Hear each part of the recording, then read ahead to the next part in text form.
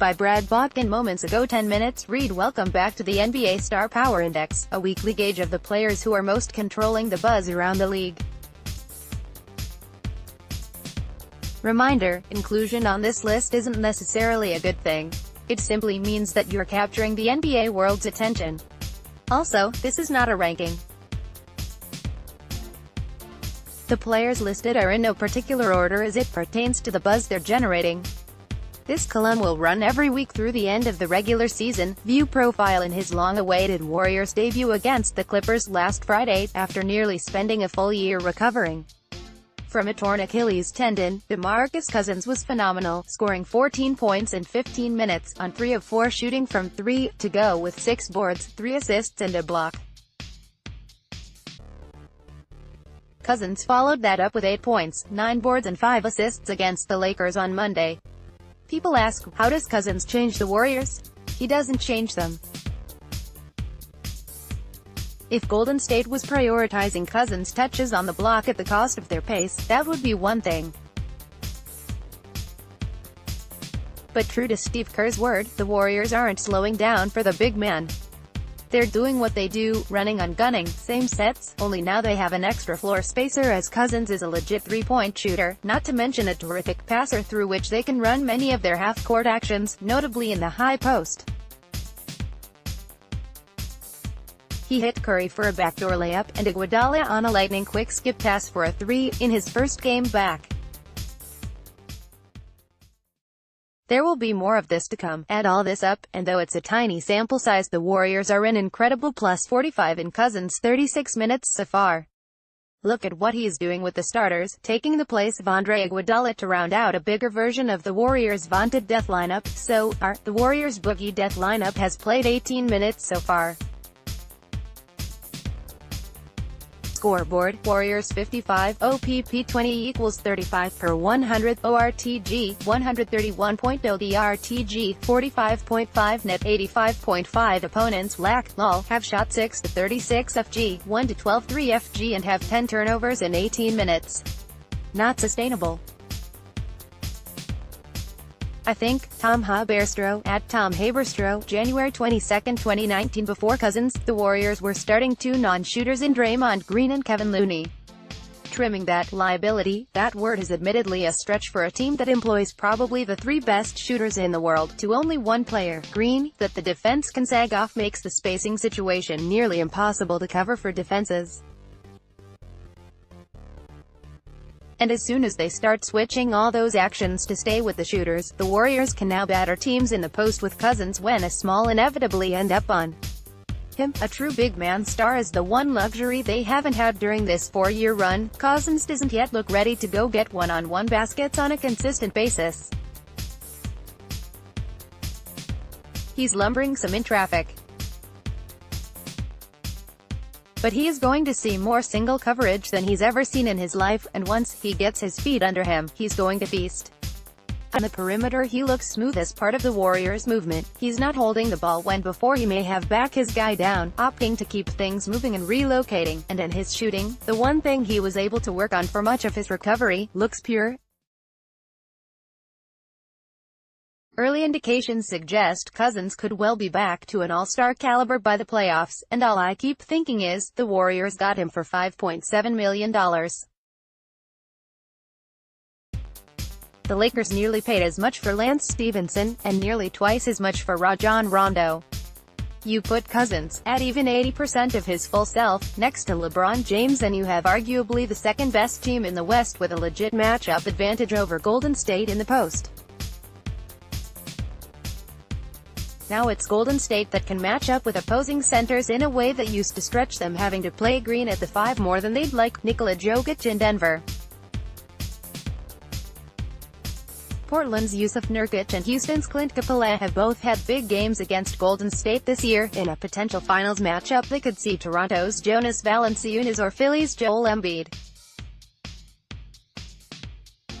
With Cousins in the middle, just on size alone, Green will be free to roam as a safety defender, making impromptu switches and doubles and just causing general chaos with his ball pressure. Yeah, this seems to be working out pretty well for Golden State.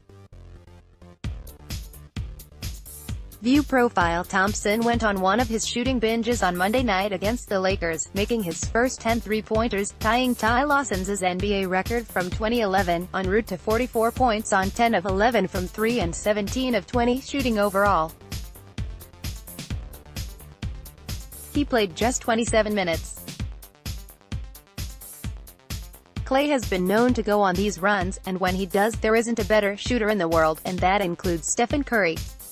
But they are fewer and farther between than Curry's flame-throwing spells, and are thus more celebrated, particularly by Thompson's teammates, who are going out for their way, as usual when he's cooing like this, to get him the ball in position to launch. Is there a prettier thing in basketball than this jumper? Thompson's cold streak to start the season was well chronicled, but his sizzling run over the last few weeks has gone less noticed. Entering Wednesday, Thompson is averaging 26 points on 52% three-point shooting over his last 11 games. Not coincidentally, the Warriors have won 10 of those 11 games. Thompson is as consistent a barometer as there is on the Warriors. You pretty much know what you're going to get from Curry and Durant, but when Thompson gets going, that's when the Warriors simply spread you too thin to deal with. Want proof? Thompson has shot better than 40% from three-point land in 21 games this season, and the Warriors are 19-2 in those games. View profile: on Monday, Harden scored 37 against Philly on 6 of 13 from 3, and it's hardly worth mentioning. Dude has scored 30 or more in 20 straight games. He's averaging 42.2 points over that stretch. He leads the league with 35.7 points per game for the year. Prior to Monday, he'd scored 57, 58 and 48 in his previous 3 games. Seriously, what else can be said about the scoring binge Harden is laying down? Problem is, it's still not enough as the Rockets become more and more hobbled. Now Clint Capela is out, in addition to Chris Paul, who is, at least, expected back soon. Since beating Golden State on January 3, the Rockets have lost 5 of their last 9, and 3 of those losses have been to the Sixers, Bucks and Blazers. They did beat the Nuggets, but for the most part, the Rockets are simply treading water against bad teams, and falling short against the good ones. Don't read anything into it other than the obvious. Houston is missing 2 of its best 3 players. Warriors went 5-6 over an 11-game stretch when Steph Curry was sidelined. The Lakers are 5-9 without LeBron. What Harden is doing is miraculous in simply keeping the Rockets afloat until they get healthy, but you have to wonder, how far can Houston take the math game? The strategy is simple: shoot more threes than your opponent. But as other teams continue to shoot more and more from deep, just how far can the Rockets go to maintain their math advantage? They've already hoisted 73-pointers in a single game. How far can this go and still add up? View profile: since Irving called out his teammates multiple times over a period of about a week, then apologized, he has been in quite a giving mood with 43 assists over his last 4 games entering Wednesday, including a career-high 18 dimes in perhaps Boston's best win of the year over Toronto last Wednesday. Check his most recent week of action. Kyrie Irving's last 4 games: 26 points, 11-19 FG, 3 rebs, 10 assists, 32 points, 11-19 FG, 3 rebs, 5 assists, 38 points, 14-21 FG, 7 rebs, 11 assists, 27 points, 11-19 FG. 5 rebs, 18 assists. Celtics 4-0 leader. Fire Twitter.com/NBFDBKenR2, NBA Central, @NBCentral, January 22, 2019. Say what you want about the way Kyrie has been trying to, shall we say, motivate his teammates. Leadership isn't some switch you just turn on and off, and perhaps he's not as natural at that as he is just playing basketball. He's trying. And the bottom line is this: Irving has been sensational all season long on the court. From day one, he has gone out of his way to make sure Boston's bevy of offensive options get their touches. Perhaps he went a little too far with that to start the year at the cost of his own offensive rhythm, but he's long found the balance, and when Boston is humming, they're a championship threat. Here's a dime for your time. View profile: want to know why the Mavericks are poking around at a potential trade offer for Dennis Smith Jr.? Have a look at this. You can call Luka Doncic a forward all you want on the lineup card, but to the degree that positions still matter, he's a point guard. Rick Carlisle has said as much. The ball needs to be in the hands of Doncic, who is such a unique player with handles and creativity like that at 6'8". We know about his step-back three-pointers. He's fine off the ball, and the Mavericks move so much on offense that he ends up initiating plenty of actions anyway, but that's sort of the point, unintended. You can just give Doncic the ball in the first place, permanently, officially, and perhaps get some nice value for Smith on the trade market while you're at it. There is only so long you can watch Luka make plays like the one above and still try to force the ball into another point guard's hands. Smith is shooting better. He's settled down a bit with his shot selection and decisions. He's one of the best athletes in the league and was the No. 9 overall pick just 2 years ago. There aren't many teams that need to sell out for a point guard, but the ones that do should be interested in Smith for a reasonable price. Dallas knows this. View profile: Russell was named Eastern Conference Player of the Week after averaging 28 points and 7 assists on 53% shooting, including an identical 53% from three-point land, and leading the Nets to 3 straight wins over Boston, Houston and Orlando. Brooklyn made it 4 straight with a wild win over Sacramento on Martin Luther King Jr.